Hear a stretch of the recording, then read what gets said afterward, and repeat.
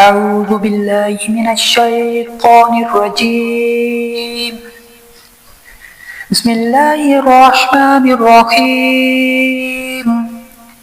تبارك الذي بيده الملك وهو على كل شيء قدير، الذي خلق الموت والحياة ليبلوكم أيكم أحسن عملا، وهو العزيز الغفور الذي خلق 7 سماوات طباقا، ما ترى في خلق الرحمن من تفاوت فارجع البصر هل ترى من فطور، ثم ارجع البصر كرتين ينقلب إليك البصر خاسئا وهو حسير.